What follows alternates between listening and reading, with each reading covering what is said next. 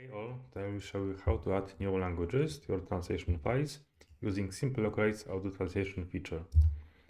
Here I have an Excel file with my translations, English and Polish. Now I will import this file to a SimpleLocalize project.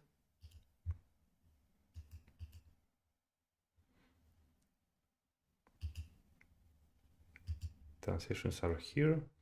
Now we can go to the Languages tab and add new languages. For example, I would like to add the Spanish language and, for example, German language. Now I can start auto translation. I will choose deeply for both languages because it works better, in my opinion.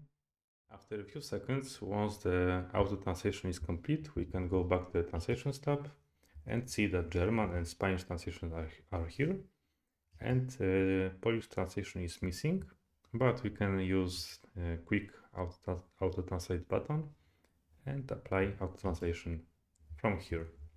Let's save the changes and we can go back to the Data tab and export our file as an Excel file.